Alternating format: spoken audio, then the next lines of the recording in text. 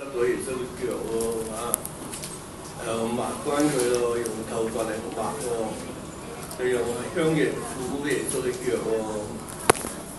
呢個女人咁咩㗎，咁好㗎，係咪啊？呢個係咪好咧？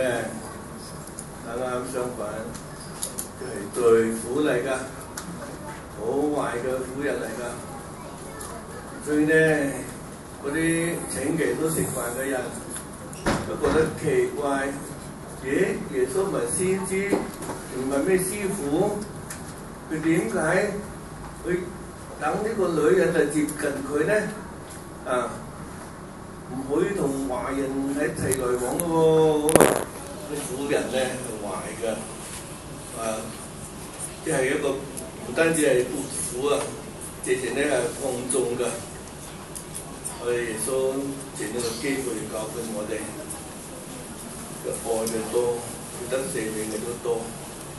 佢愛嘅少咧，得赦免嘅都多，都少噶啦。所以咧，雖然話俾人聽呢個婦人好曳好壞，但係當佢入到嚟嘅時候咧，佢表現咗佢對耶穌嘅愛好大喎，係嘛？所以咧，耶穌就對呢個或者西人講：我入到嚟對我有咩禮貌啊？舊時啲人咧請人食飯，一定要俾水俾人洗腳㗎。因為舊時啲人咧，尤其是猶太人咧，係唔着鞋嘅，咁最大腳行路嘅，所以咧腳好多塵又污糟嘅。所以要請人食飯咧，人哋入到屋嘅時候咧，一定係俾水俾人洗腳。咁一方面咧，都表示禮貌啦；另一方面咧，都表示我俾佢踩污糟自己嘅地板啦，咁係嘛？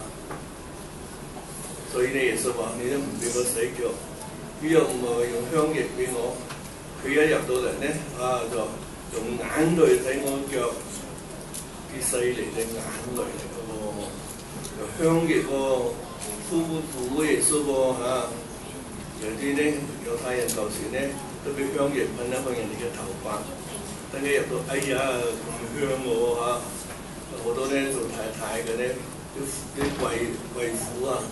都買啲香料係咪？噴自己耳仔啊，唔知邊度啊咁去到邊度都聞到佢嘅香味。後來耶穌話俾佢聽，佢雖然話好多罪，好多個罪都得赦免啦，但我哋都記住都係對我哋好好嘅。如果唔係咧，耶穌都唔會建立咗告解聖事嚇。好多人都識得辦告解，小朋友你哋要學辦告解嘅啦喎，係咪啊？到8、9歲咧，你識得好醜嘅時候咧，識得反省自己咧，就要辦告解，就知錯能改啊！好啦，唔好以為辦告解就可以赦罪㗎。咁於是咧，佢放縱自己嘅，平時生活嘅時候乜嘢罪都唔怕犯。主都冇去辦告解，咁有啲咁嘅心態咧，啲辦告解都冇用嘅。最緊要係咩咧？告解係要改過，決心定改，呢個就最重要嘅。就痛悔係表示咩咧？流眼淚嘅。可能好少人咧辦告解會流眼淚啦。雖然有幾個，我哋有陣時咧聽告解都會發覺到。個眼好脆弱咁樣，講嘢都講唔出嚟咁樣。平時一般人咧就咁啱不明就算數咁好似當係一件平常事咁樣。其實辦告解係一件好重要嘅事。告解咧有幾條規矩嘅，唔知有冇人學到你學過咧？都學過之後，唔知記唔記得咧咁邊個記得啊？有幾多條啊？辦告解幾條規矩啊？幾條要守嘅？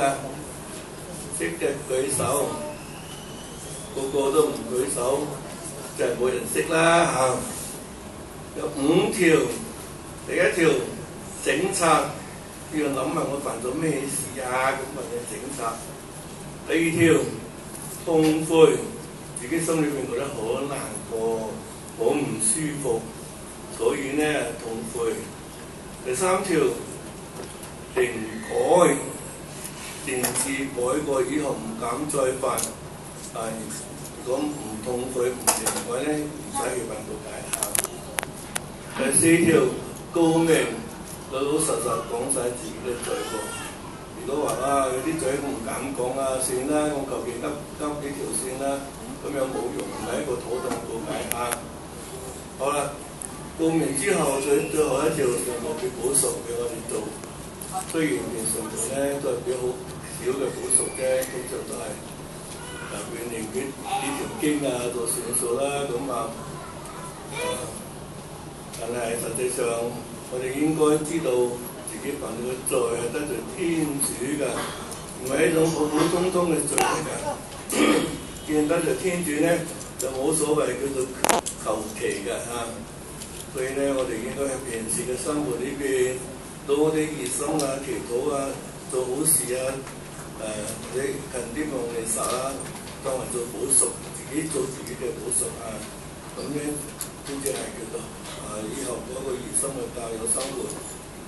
好啦，今日嘅讀經咧有兩個大嘅例子，表示天主嘅仁慈。第一個就係達味嚇，達味就係個聖王嚟嘅喎，但係咧佢曾經犯過罪喎，同個女人溝通喎俾立場先知責備佢喎，佢喊催涼咁。好啦，天主話我唔見你既然一痛悔啦，你唔會死，仍然可以做皇帝咁嘛。好啦，咁個女人咧佢就係喊喎，喊得好催涼喎。耶穌話好，你嘅罪都赦免啦，你平安翻去吧。咁各位兄弟姊妹，假如我哋真係犯咗罪，我哋都盡量告解聖事，希望我哋都能夠平安翻去，繼續過我哋熱心教友嘅生活。